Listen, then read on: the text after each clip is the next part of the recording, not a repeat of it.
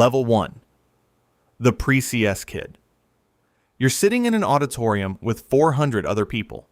A slide on the screen says CS graduates earn a median of $110,000. You take a photo of it on your phone. Your laptop is in your bag. Your parents bought it last week. The plastic film is still on the screen. You don't know what a compiler is. You don't know what a linked list is. You signed up because someone told you the jobs were good. That was enough. Your first assignment is to print 2 words. Hello world. You type it. You run it. It works. You feel like you built something.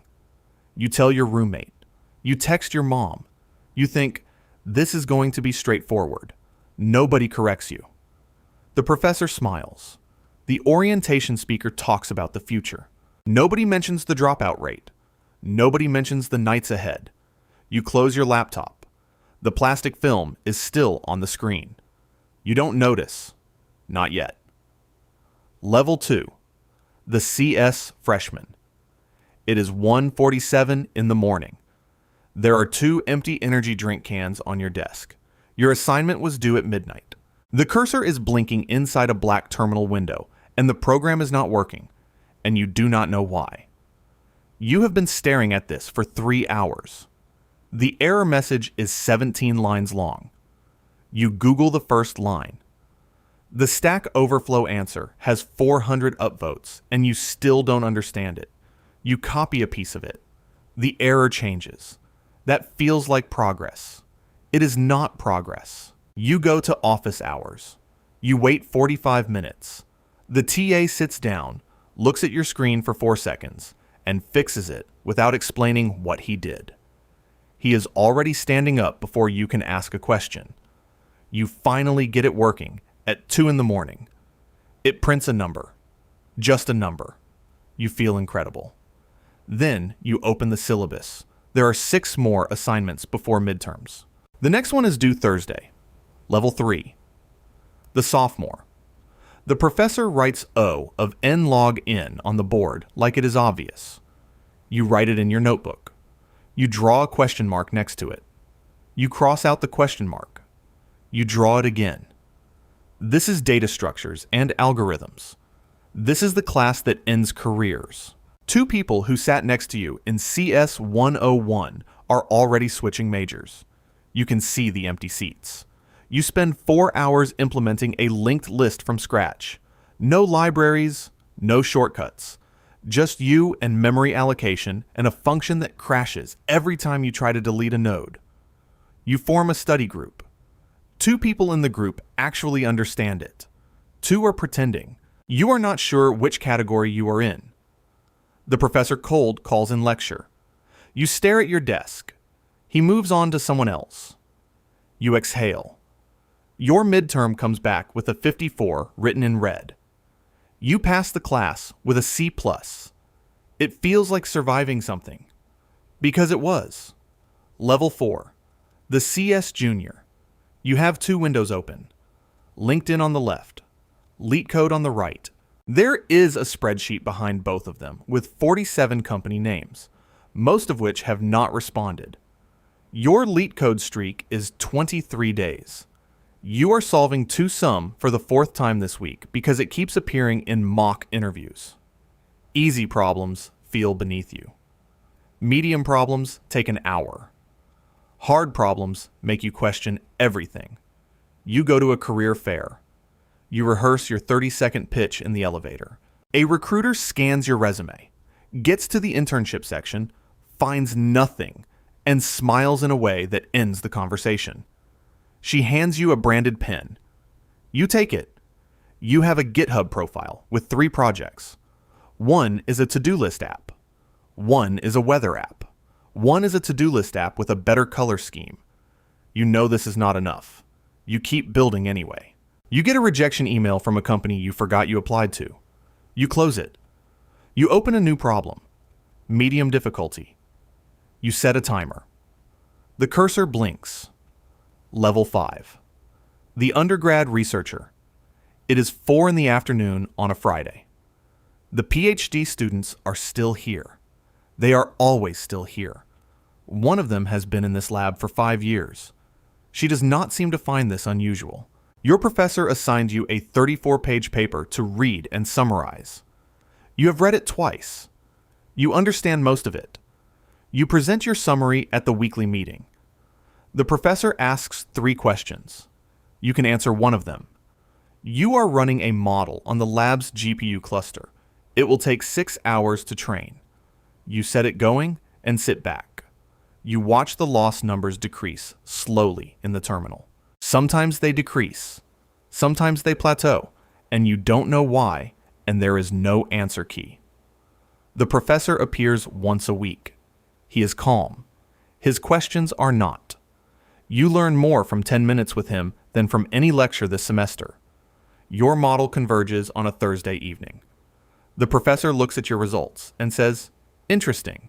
That is the most feedback you have received in 2 months." You write it in your notebook and close your laptop. Level 6. The senior intern. Your badge is a different color. Every full-time employee's badge is one color. Yours is another. The scanner reads both, but you notice. Everyone notices.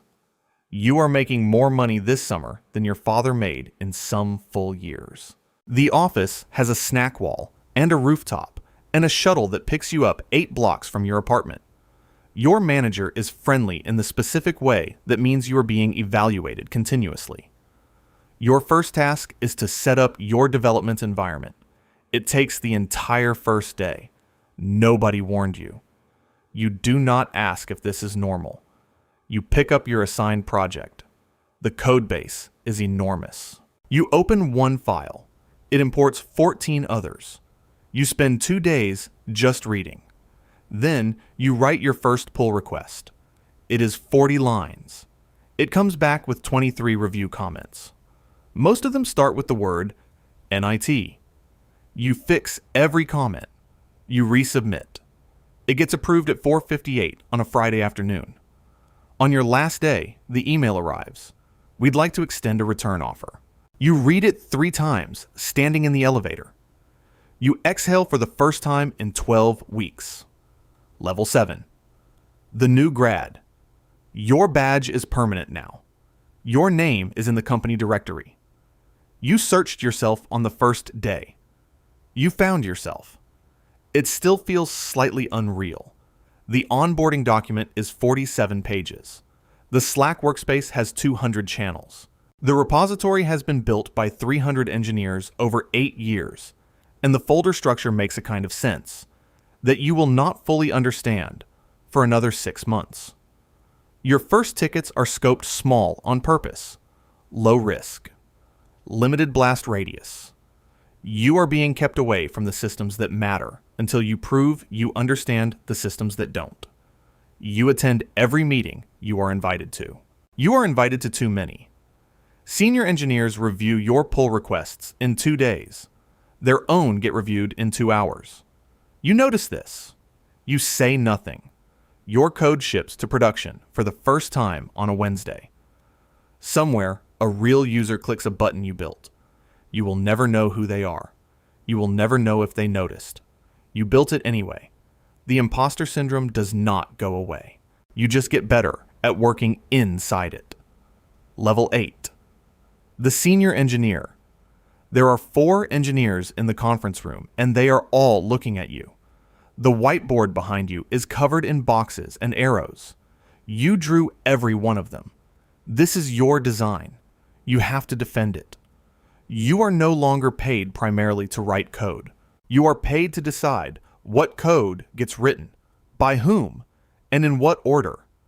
These are different jobs. Nobody told you that when you were grinding leak code in your apartment at midnight. You write design documents now.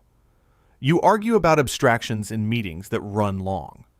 You review junior engineers' pull requests and leave comments about maintainability and long-term system health. You translate between what product managers want and what is actually possible. You do this translation several times a day.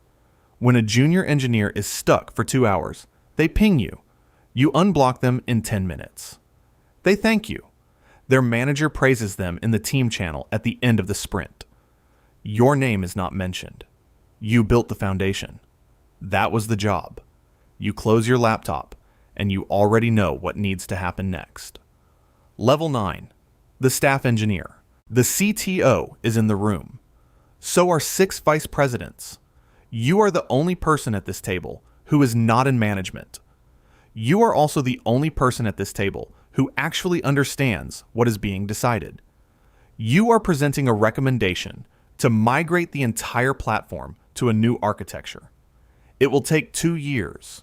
It will involve 80 engineers. The budget is significant enough that finance sent a representative. The slide with your name under the word author is on the screen. You do not have direct reports. You do not have a territory or a crew. What you have is this.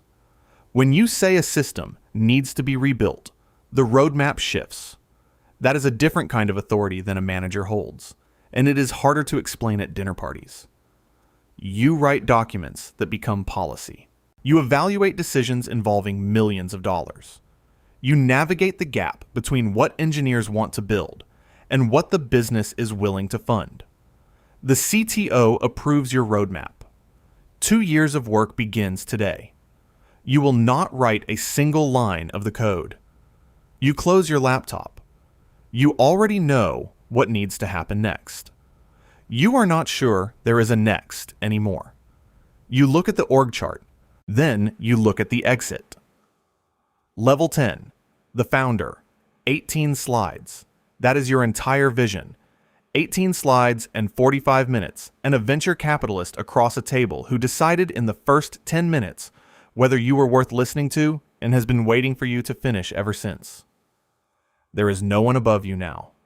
There is also no floor. You build the product, or you hire the people who build the product, or you manage the people who manage the people who build the product. The distance between you and the code grows every quarter. You used to be able to hold the whole system in your head.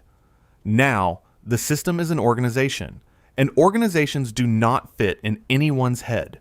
You recruit engineers who are better than you. You convince them to accept less than their worth in exchange for equity that may be worth nothing.